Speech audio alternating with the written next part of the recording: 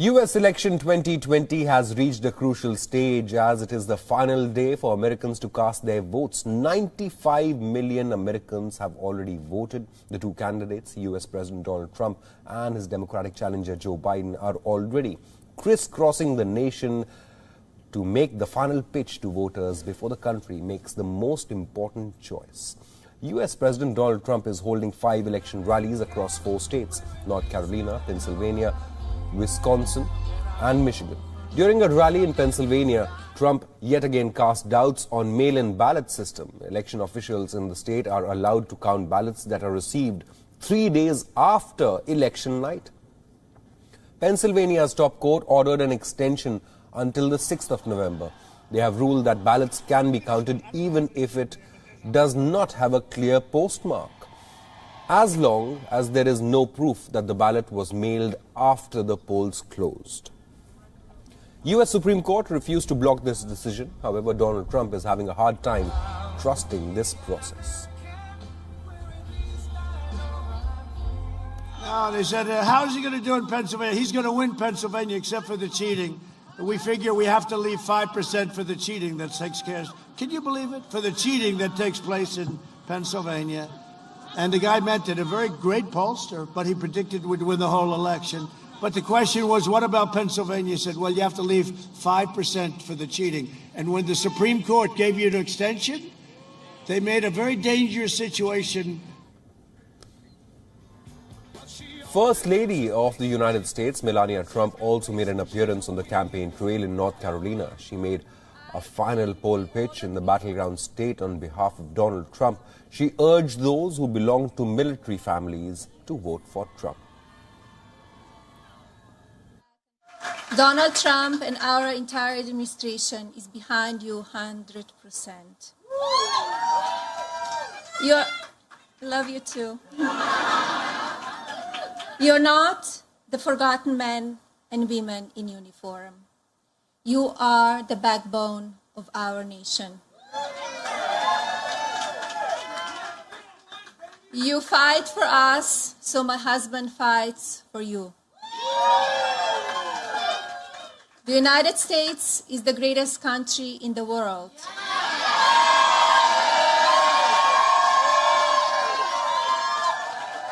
As someone who immigrated to this country, I know firsthand that it is a place where the possibilities are endless and families can grow and flourish.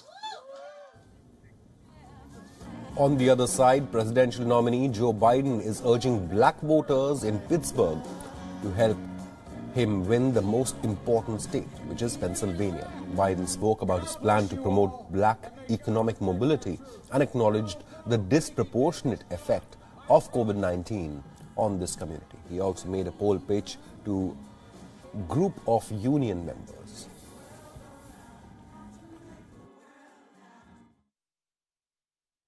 Pittsburgh, honk if you think his commitment of having done more for the African American community than Abraham Lincoln is true. Honk your horn.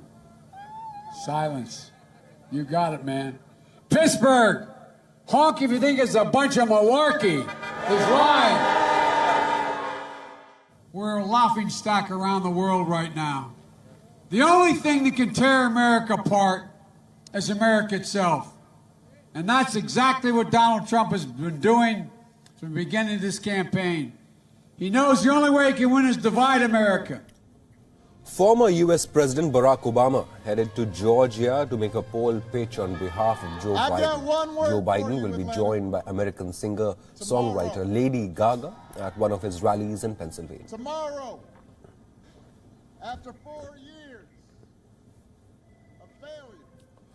Joining us on this broadcast now is WION correspondent Jagruti Dave, who joins us live from Washington, D.C. Jagruti, just a few hours left now for the big day, the election day in America.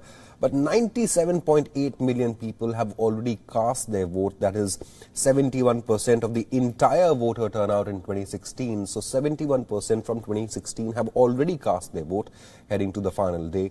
And still, Joe Biden has a nationwide lead over Donald Trump, isn't it? And this time, Joe Biden's lead is bigger over Trump than what Hillary Clinton had over Trump 4 years ago. Yes, nationally, Joe Biden does have around a 10-point lead over Donald Trump, and it's been a consistent lead as well. But of course, the way America votes, it's not really about the popular vote. It's about the Electoral College, that 270 number that each candidate needs to pass in Electoral College votes in order to win the presidency. And that is why crucial battleground states are aware the fight is being taken to by both candidates, states like Pennsylvania, like Florida. That's where the margin could be so close that, look at Florida in 2016. President Trump won it by a slim margin of just over 2%, and he took all of Florida's 29 Electoral College votes. That's why the fight is going to these battleground states, and it's a close contest in many of these states like Georgia, where both candidates are tied, and Georgia is looking increasingly competitive. It's a stalwart Republican state that looks like it could go either way. So this is how, just as the early turnout has been unprecedented, this also the closely fought battleground states are changing, and both candidates are keen to make sure that they get their vote to turn out there. Absolutely, Jagruti. Donald Trump has repeatedly said without evidence that mail-in votes are prone to fraud, and he maintains it to this day.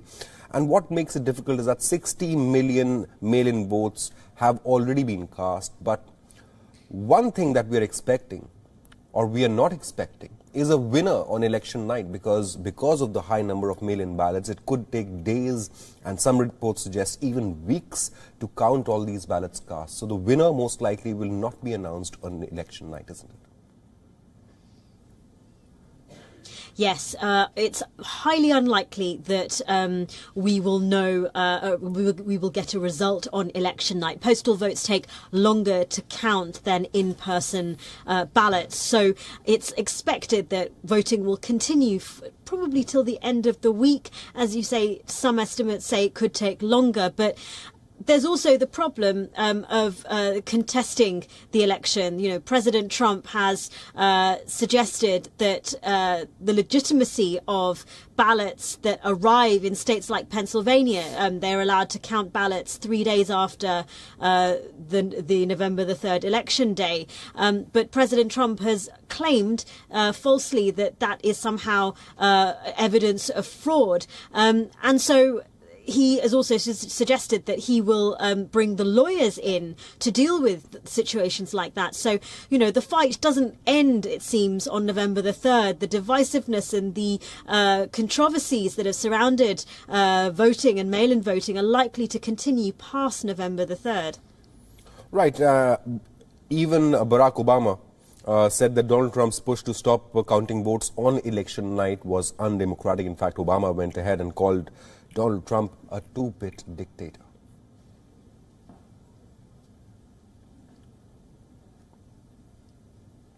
So we are seeing some star campaigners enter the fray, isn't it? Barack Obama of late has been campaigning for Joe Biden, and now we are also hearing that Lady Gaga is also going to take the stage, isn't it, Jagruti? Yes, we have Lady Gaga and the musician John Legend also turning out for the Biden campaign. It's been, a lot of people have been turning out for both candidates. It's ordinary people have been out campaigning, but you have each election celebrities coming out trying to galvanize the vote and get people to come out and vote for their candidate. But, as we know, the thing that seems to have pushed a lot of people to vote hasn't been the celebrities. It's actually been the coronavirus. Many people choosing to vote early and by mail because of the pandemic, one of the many issues that is at the forefront of voters' minds this election. Absolutely. And Joe Biden has made Donald Trump's handling of the coronavirus pandemic his main poll issue, isn't it? He's been attacking Donald Trump, saying that Donald Trump has failed the American people. Joe Biden was also urging black voters in Pittsburgh to help him win this presidential race, because Pittsburgh was the center of the recent Black Lives Matter movement in America, isn't it? Battle and a fight for racial equality. So Joe Biden is banking on these two main issues that are Donald Trump's handling of the pandemic and the racial tensions, isn't it? Yes, absolutely. The coronavirus pandemic, we must remember, has also affected minority communities disproportionately. It's affected elderly people disproportionately. And those are actually some of the groups that Joe Biden has been targeting in states like Florida to try to get them to turn out and vote for him. Donald Trump, however, has been securing the votes of some African Americans. And he has also been trying to push out the vote from the Hispanic community. He has been constantly calling Joe Biden a socialist, trying to appeal to Cuban Americans and Puerto Rican Americans in the United States. So both candidates are using the pandemic as well. You know, Joe Biden is coming at it from a public health perspective, claiming that the president has failed to protect the American people. President Trump is attacking Joe Biden, claiming that he is going to bring about another economic shutdown, to which Joe Biden is saying that he's not trying to shut down the economy, he's going to shut down the virus. Right. Again, his proposals for things like a mask mandate, it's difficult to see whether he would be able to enforce those kinds of things legally. So, you know, as you say, race and the pandemic, central issues in this election. Jagruti, thank you so much for joining us and getting us all these updates from Washington, D.C. just hours before the final big voting day in America.